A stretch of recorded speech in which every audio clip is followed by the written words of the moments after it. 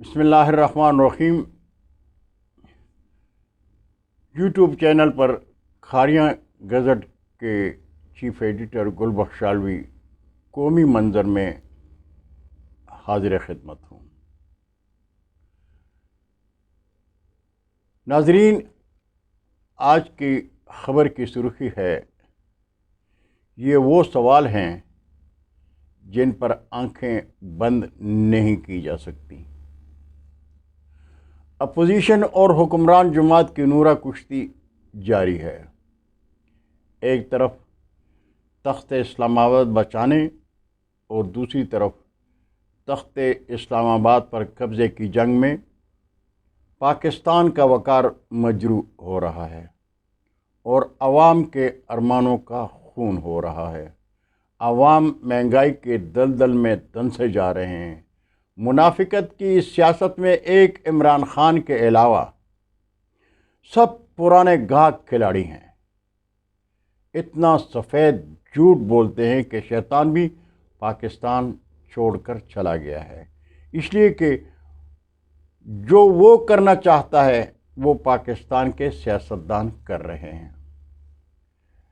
ناظرین، عمران خان مریم سے کہہ رہے ہیں لندن میں اپنے محلات کا حساب دو، اور مریم نواز جسٹس ثاقب نثار سے پوچھ رہی ہیں بتاؤ تمہیں کس نے کہا تھا کہ نواز شریف کو گراؤ اور عمران خان کو بٹھاؤ۔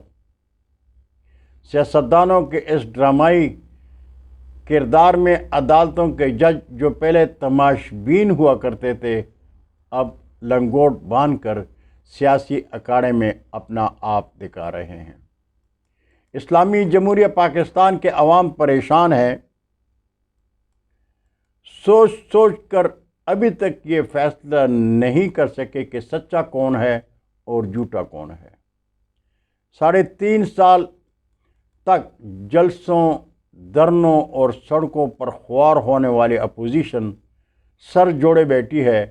فیصلہ نہیں ہو پا رہا کہ بلی کے گلے میں گھنٹی کون باندھے گا۔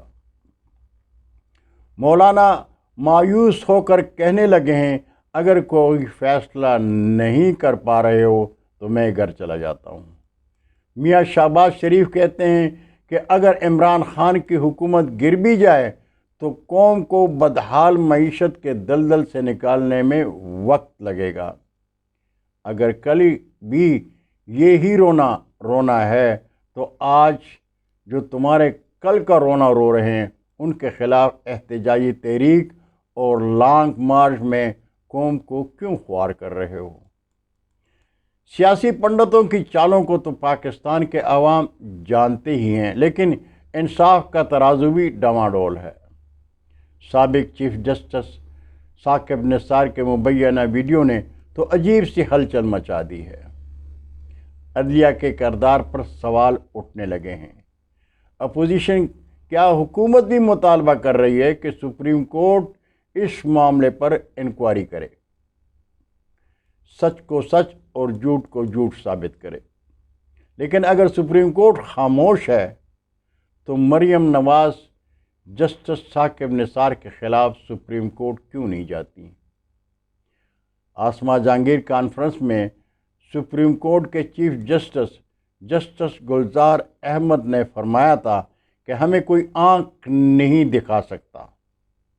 اگر یہ سچ ہے تو جسٹس ثاقب نثار پر لگے الزام پر اپنی عدالت میں اپنی آزادی ثابت کر دیں، از خود نوٹس لیں، قوم کو بتا دیں کہ سچائی کیا ہے۔